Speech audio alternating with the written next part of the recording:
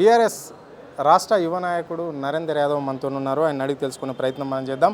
Sir నమస్తే. నమస్తే అన్న. సార్ చెప్పండి సార్, రేవంత్ రెడ్డి 2.5 ఏళ్ళ పరిపాలనను ఏ విధంగా చూస్తున్నారు ఈ రాష్ట్ర ప్రజలు? మరి రేవంత్ రెడ్డి మాట్లాడే విధానం ఎట్లా ఉంది? మరి అన్న బీఆర్ఎస్ పైన నిప్పులు చెల్లరేగుతుంటాడు, దీన్ని ఎట్లా చూస్తారు మీరు ఒక యువ నాయకుడిగా? ఆయనకు వచ్చింది ఏముందన్న, ఇప్పుడు ఆయనకు వచ్చింది ఏముందన్న, జనాలు జనరల్గా ఏమో అంటారు చూడండి అన్న, విద్య అందరికి ఒక గ్రాస్ రూట్ విద్య ఉంటుంది. ఈయన గ్రాస్ రూట్ విద్య అదంతా వేరే అది అదే విద్యని ఇక్కడ ప్రదర్శిస్తుండు. ఏమవుతుంది అన్న, ఏం చేసిండు అన్న రేవంత్ రెడ్డి వచ్చి ఒక్క మాట చెప్పండి అన్న, ఏం చేసిండు? రైతులు మంచిగా ఉన్నారా? బిజినెస్ మ్యాన్ మంచిగా ఉన్నారా? స్టూడెంట్స్ మంచిగా ఉన్నారా? మహిళలు మంచిగా ఉన్నారా? కనీసం సరే ముసలోళ్ళు మంచిగా ఉన్నారా? ఎవరికి ఇగో 5 మెయిన్ సెగ్మెంట్స్. రైతులు, రైతు భరోసానే పేరు పెట్టిరుగా, ఇచ్చిండా? ఇప్పటికి 5 సార్లు రావాలి. ఎన్నిసార్లు ఇచ్చిండు? ఒకసారి ఫుల్ ఇచ్చిండు, అది కూడా సర్పంచ్ ఎలక్షన్ల ముందు. సో అది డిలీట్ అయిపోయింది. అది డిలీట్. వాళ్ళకేం చేయలేడు, వాళ్ళకు కూడా ఏం చేయలేడు, ఇక డిలీటు. బిజినెస్ మ్యాన్ అన్న, స్టేట్ రెవెన్యూ మొత్తం దేని మీద డిపెండ్ అవుతుంది? రియల్ ఎస్టేట్ మీద. రియల్ ఎస్టేట్ నా డీరా కొట్టేసాడు, దాన్ని ఫట్టు 2 గాన్. మూడోది ఏంది? లేడీస్కి ఏమేమి చెప్పిండన్న? 2,500 ఒక్కొక్క లేడీస్కి అన్నాడు. మళ్ళీ వాళ్ళకి ఎన్నో అత్తకు 4,000, కొత్తకు 2 కోడలికి 2,500, అవన్నీ ఇక బక్వాజికి మాట్లాడి మాకే పిచ్చిలేస్తుంది అన్న. ఆయన చేయనికి వస్తలేదు, మాట్లాడి మాకే పిచ్చి రాకేస్తుంది. బీఆర్ఎస్ పైన అనేక కేసులు పెడుతుంటారు, బీఆర్ఎస్ నీకు ఒకటి చెప్పిన స్టార్టింగ్ ఇంటర్వ్యూ మీరు స్టార్ట్ చేసే దాని ముందు ఒక మాట చెప్పిన, ఏం చెప్పినా ఆయనకు తెలిసింది ఒకటే, ఆయనకు చేసిన విద్య ఒకటే.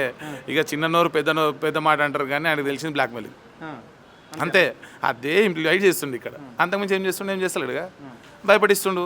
వాడిని గట్టి వాయిస్ లేపిండా అని బెదిరిస్తాడు, వాడిని ఎక్కువ మాట్లాడిండా నీ స్థాయి నా స్థాయి అని మాట్లాడతారు. అది తప్ప ఇంకేమైనా చేస్తురా వాళ్ళు?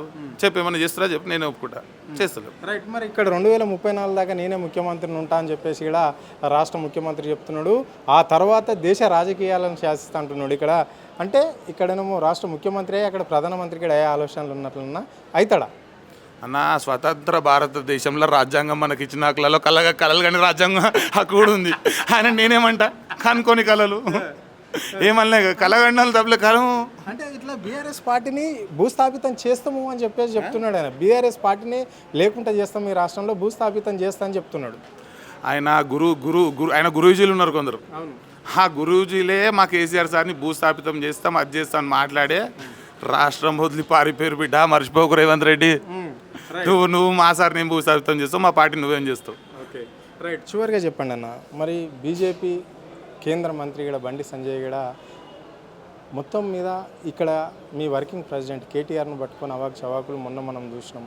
కేటీఆర్ అబ్బకు అమ్మకు పుట్టిండా అని చెప్పేసి కూడా అలాంటి మాటలు మాట్లాడాడు.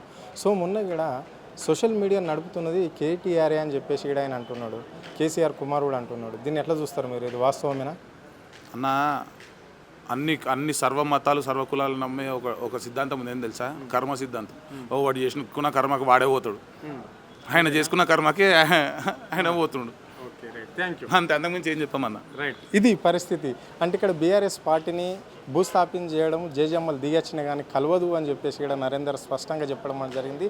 రేవంత్ రెడ్డి పగటి కలలుగానే హక్కు అందరికీ ఉంది, ఇక్కడ భావస్వేచ్ఛ అందరికీ ఉంది కాబట్టి ఆయన కలలు అనుకొని కలలుగానే మిగిలిపోతుంది. కానీ ఇక్కడ మా బీఆర్ఎస్ను కదిలించే దమ్ము ధైర్యం రేవంత్ రెడ్డికి లేదు అని చెప్పేసి కూడా స్పష్టంగా చెప్పడం జరిగింది. బండి సంజయ్ కూడా చేసిన తప్పును ఒప్పుకోలేక కావాలనే కేసును పక్కదో పట్టించడానికి మా వర్కింగ్ ప్రెసిడెంట్ పైన ఆరోపణలు చేస్తున్నాడు అని చెప్పేసి కూడా ఆయన స్పష్టంగా చెప్పడం జరిగింది. కెమెరా పర్సన్ కళ్యాణ్తో అరుణ్, ఆద్య టీవీ, హైదరాబాద్.